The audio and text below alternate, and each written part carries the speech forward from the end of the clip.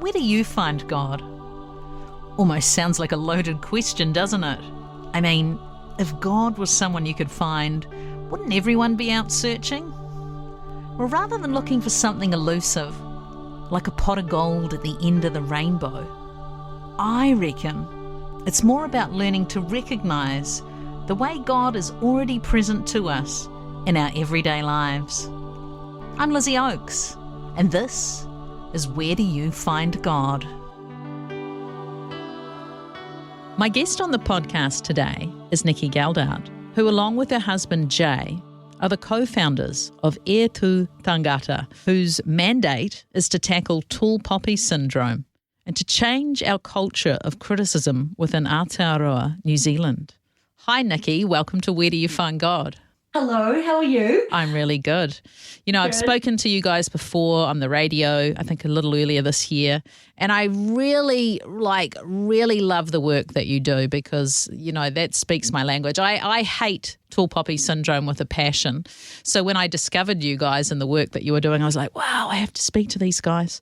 I remember one of the things you said to me, though, in a previous conversation, which left me feeling quite shocked, I think, is that you said that Kiwi kids, from your research and the work that you've done, are actually more comfortable accepting criticism than compliments. That's quite shocking. It is really shocking. And when we've gone into high schools, it's been really interesting because we've asked kids and we've said, would you rather, give you a negative, or would you rather hear a positive? And they all go towards the negative side. And then when we have the conversation and we explain, that this is pretty typical, then we ask them the question again, and then they really look deep within themselves and they walk towards the positive. They're like, yes, I want a compliment. And then we say to them, what do you do to other people? And they all walk again to the negative. And we're like, oh, guys, can you see what's going on here? Deep down, we actually really like to hear good things about ourselves and good compliments, but we're really, really bad at accepting it, and we're really, really bad at giving it. Yeah. So how do we change that? And what do we do? So it's kind of like a light bulb moment for the kids. So good. I follow you guys on LinkedIn and socials and things, and you just seem to be so busy. Schools are really open to the work you're doing, right? Yeah, that's there's been an absolute incredible upsurge of interest in the last 10 weeks even. Oh wow. We had a little bit of exposure with the TVNZ News article that we were on a few weeks ago. And then, and I just think because it's a Kiwi thing, so this has come from the grassroots. It is about understanding who we are as a nation. But then it's also about encouraging schools to develop really good culture within their school environments. And I think because of all those things, schools are going, actually, this makes a lot of sense. And we call it freedom within a framework. So we sort of say to them, it's not prescriptive. You don't have to do any one particular thing, but we'll give you a bunch of strategies and you pick and choose. So I think schools really appreciate that. And then they're like, okay, we can make this fit our kura and our kids and our whānau. And so it's just, it's been pretty incredible, the amount of support and interest we've had, particularly this last term. So good. Hey, Nicky, in Acts chapter 17, verse 27, it says, God intended that they would seek him and perhaps reach out for him and find him, though he is not far from each one of us. So my question for you today, Nicky, is where do you find God? Yeah, that's such a good question. So obviously Jay and I are Christians. E Tu Tangata itself is not a Christian organisation, but we have our own personal faith, and we believe in God who created the heavens and the earth. And so for me, actually the Bible has always been my place. I've always looked at the Bible and read the Bible and thought of it as a treasure box. And I realised as a kid, actually, I was like, there's heaps of stuff in the Bible that I don't understand on the surface, but I know that there is real treasure there. And if you dig in deep and learn about the culture in which the Bible was written and really begin to unpack some of that stuff, then it becomes so rich and offers so much to us as 21st century Christians. So yeah, it's just incredible. I love the Bible. I like that phrase, you saying it being like a treasure box. What can I discover in here? Yeah, and a bottomless one. Oh. Like there's a rabbi, and he talks about the fact that no matter how many years, and he talks about thousands of years that people have explored scripture, and he just says that, you can explore for as long as you live, and generations after you can explore, but you'll still keep on discovering new things. Yeah.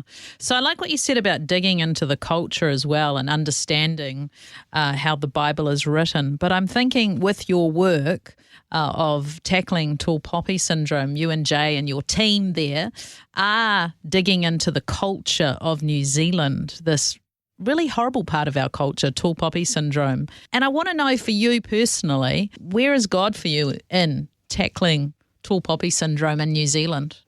We all live and exist within a culture, and I think that's true wherever you are in the world. And I think we often don't see our own cultures until we compare them with another culture.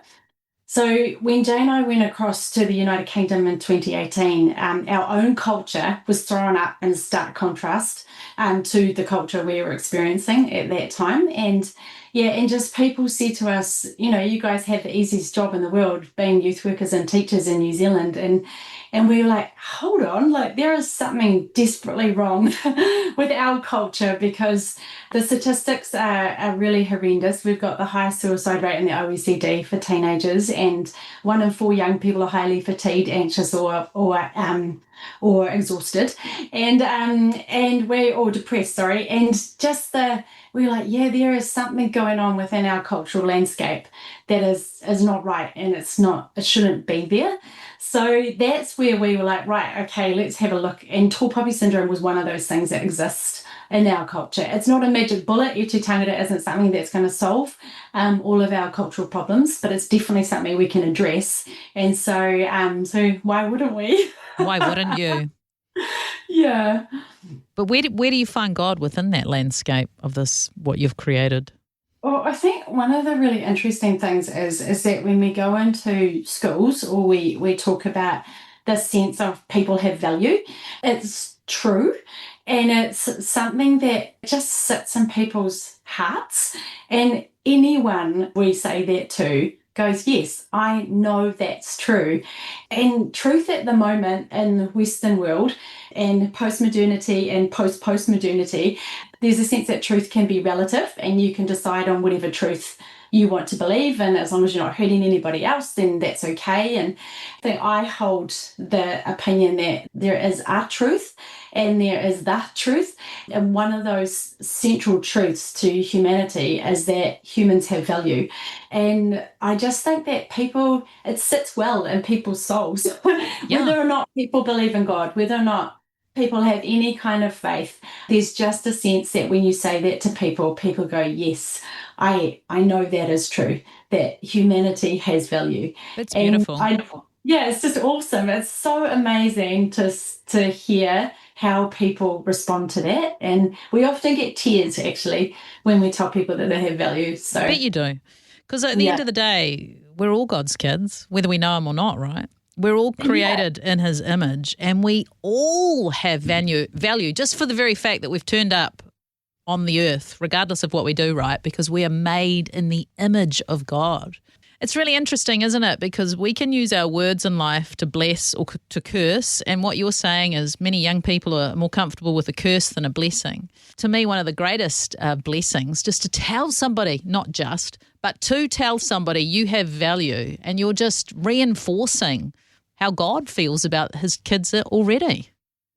Yeah, I think one of the big things as well is we've really looked into the difference between self-esteem and self-worth. And self-esteem is based on external things. So what I achieve, the medals I win, it's based on what other people think of me, all of that kind of thing. But this the sense of self-worth, the sense that you have value, in spite of what you do, in spite of what other people say, in spite of your behaviors or anything like that, there's still this sense within us that we have this worth as humans. And so when you believe that at a really deep intrinsic level, you have this resilience to life that the external things don't impact on in the same way that if it's just your self-esteem. Yeah, I hear you. Yeah, I think that's the thing that we're really trying to encourage in people, and just and tell people that, you know, your self-worth is there, regardless of even how you feel about it. Yeah.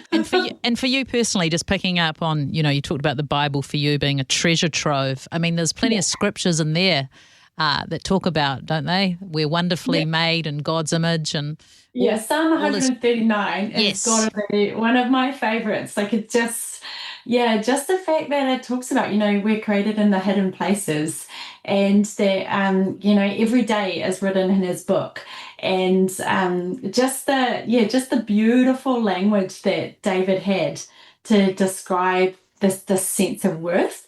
And I don't know, how did he even know that? Like, it's got to be God inspired, because he, you know, they didn't have science back then. It's just incredible. Yeah. I think the thing that we've tried to do there to Tanda is make it as simple to access as possible. So we only have really 3 key conversations we want people to think about. One is you have value, which is proving to be the most challenging conversation for New Zealanders to have. We, even as adults, we really struggle with giving and receiving compliments, and this idea that we can have banter with people when we love them. But actually, the more you tell someone that you don't care about them or something like that, your words actually have huge impact. And even if you don't mean it, your words actually can really scar others. So thinking about language is really crucial and really key. The second conversation that we have is we succeed together, and just recognizing that collaboration is better than competition, in the sense that without others, there is so much we lose in life. And just an example of that was my son had to go into hospital last year, and I was so grateful for all the medical professionals that came to his aid and helped him. And I was like, man, if I tried to do this by myself, there's no way. I couldn't do it without others. And then the third conversation is that others matter. And that if we truly believe that, and we, regardless of someone's, you know, beliefs or their ideologies or their, like, anything, it's just the sense that other people matter, and that when you can recognize the value in another person, then that just lifts their mana, and it lifts your own mana. Actually, it's the sense of, we talk about the rising tide lifts all boats, you know, and it's so true. Like, if you can lift up another person's mana, it lifts up your own as well. So those are the 3 conversations, super simple, but ones that we believe our country need to be having. Amen to that.